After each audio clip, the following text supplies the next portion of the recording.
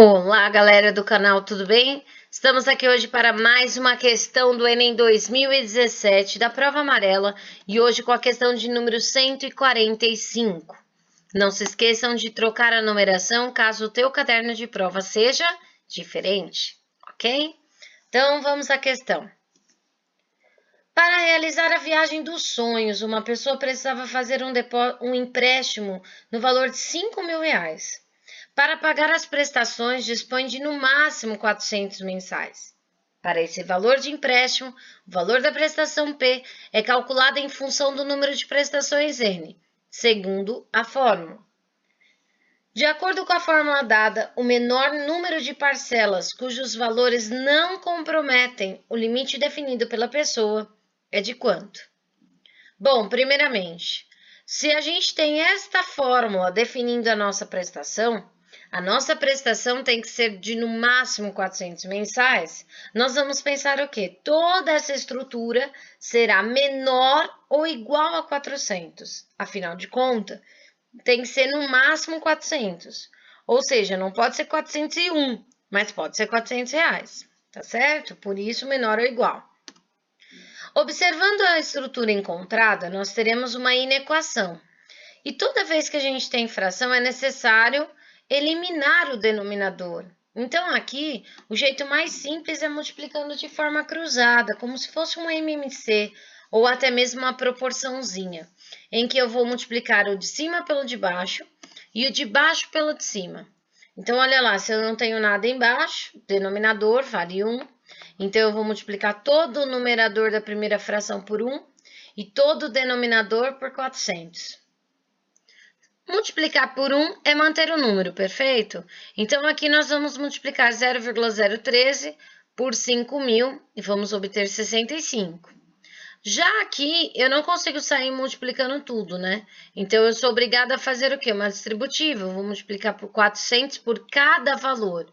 Então, 400 vezes 1,03 elevado a n, menos 400, perfeito? Observem que na equação encontrada, o 1,013n é como se fosse o nosso x. Eu tenho ele dos dois lados da desigualdade. Isso faz com que, para encontrarmos os valores, a gente tenha que obter o quê? O 1,03 elevado a n no mesmo membro. Então, olha lá, nós invertemos o sinal do 400, que estava subtraindo, passa a somar. E nós invertemos assim também o sinal do 65, que estava somando, era positivo e passa a ser negativo. A fim de que os dois termos que são semelhantes, que possuem o produto por 1,013n, nós conseguimos aí fazer o quê? Juntar, né? Resumi-los em um único termo. 400 menos 65, passando a ser 335. E aí nós temos uma inequação ainda, né, com o problema de que a incógnita não está isolada. Então, nós temos o quê? Que tirar o 335 daqui. Mas não é tirar, simplesmente joga fora. Nós temos ele multiplicando. Então, pensa, como se tudo isso aqui fosse um y. Eu tenho 335 unidades do y. Eu quero apenas uma. Como é que eu encontro apenas uma? Dividindo esse valor por 335. Mas se eu faço isso de um lado, eu faço isso dos dois, a fim de que a minha desigualdade se mantenha, tá certo? Então, nós vamos obter o 1 que a gente precisa no primeiro membro, e nós vamos então ter finalmente a incógnita isolada. Mas aí para e pensa. Eu tenho uma incógnita no expoente, ou seja, uma inequação exponencial. E toda vez que eu tenho expoente, eu preciso igualar as bases para mexer com ele. Senão eu não consigo encontrar o valor. E olha isso. 400 dividido por 335. Como é que você vai transformar isso em base 1,013? Isso é muito difícil. Você vai ter muito problema. Então, qual que é o segredo? Lembra de exponencial, lembra de logaritmo. Então, a gente pode usar essa propriedade do logaritmo, onde nós trabalhamos aqui com a igualdade, mas podemos pensar também na desigualdade, beleza? Então, o que que ele diz? Que log de A é igual a log de B, portanto, A é igual a B. Eu posso ir do início para o fim da minha propriedade ou do fim para o início. que é o nosso caso. Eu já tenho a desigualdade, é como se eu falasse que o A é menor ou igual a B. Então, log de A vai ser menor ou igual a log de B. Olha lá, nós colocamos um log de cada lado, equilibrando a nossa desigualdade, ok? Então, elas estão iguais, só estão com propriedades diferentes. Agora, para resolver o log, a gente já consegue se apropriar do quê? Das propriedades do logaritmo, não precisamos exatamente da exponencial. Então, isso nos facilita. Professora, como vai facilitar isso daí? Então, olha lá, primeira propriedade que a gente vai utilizar para solucionar de vez o nosso problema. Log da divisão, log do quociente, nós temos log de A sobre B. Então, é a mesma coisa que log de A menos log de B, tá certo?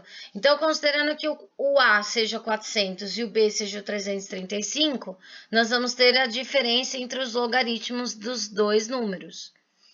Já no segundo caso, nós vamos aplicar esta propriedade, que nós chamamos de propriedade do tombo. Log de A elevado a M. Esse M, que é expoente, vai passar a ser um produto do logaritmo. Então, é uma forma da gente tirar o N da nossa potência, a fim de que a gente realmente consiga substituir esse valor por alguma parcela. Perfeito? Aí tem aluno que pode pensar, professor, meu odeio logaritmo, é muito difícil, tenho que resolver agora uma equação exponencial? Não, o exercício do Enem te facilita a vida, olha lá. Você só obteve exatamente os logs de qual ele tratou no seu enunciado. Ele falava aproximação para log de 1,013, log de 400, log de 335. E agora a gente tem, de fato, esses três logs, ou seja, vou só substituir os valores. Log de 400 é 2,602, log de 335, 2,525, log de 1,013 é 0,005, e agora uma equação comum. Faço a diferença dos dois dá 0,77, e tenho aqui a mesma situação que a gente tinha lá atrás. Se eu tenho o N para encontrar o valor, mas eu estou com uma multiplicação me atrapalhando, eu preciso encontrar o quê? Esse 1, né? Que a gente tanto espera, ou seja, eu preciso isolar o N. Vou dividir, então, novamente, dos dois lados por 0,005. Então, agora eu consigo simplificar e 1 vai aparecer. E eu vou ter o equilíbrio. E quanto que vai ser 0,077 dividido por 0,005? Vai ser 15,4. Então, pronto, encontramos o valor do N, que é o número de prestações. E como ele pede o menor número de prestações, vamos interpretar isso daqui direito, vamos arrumar. Vamos inverter como se fosse um espelho. O N é maior ou igual a 15,4. Ou seja, eu posso ter 16, 17, 18, 19, 20 prestações e assim infinitamente. Qual que é o menor número que eu posso ter? 16. E, portanto, a nossa alternativa, letra D de dado. Ok, pessoal? Bom, percebam que essa questão é de logaritmo.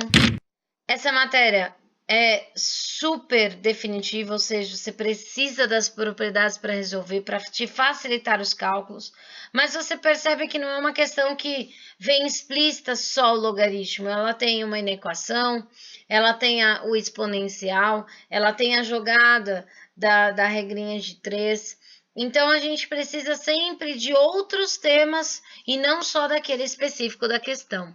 Então, estudem bastante logaritmo, não esqueçam das propriedades, mas lembre-se que uma matéria ajuda a outra dentro de uma mesma questão do Enem. Tá certo, galera? Então, até um próximo vídeo e nos acompanhe aí na correção 2017.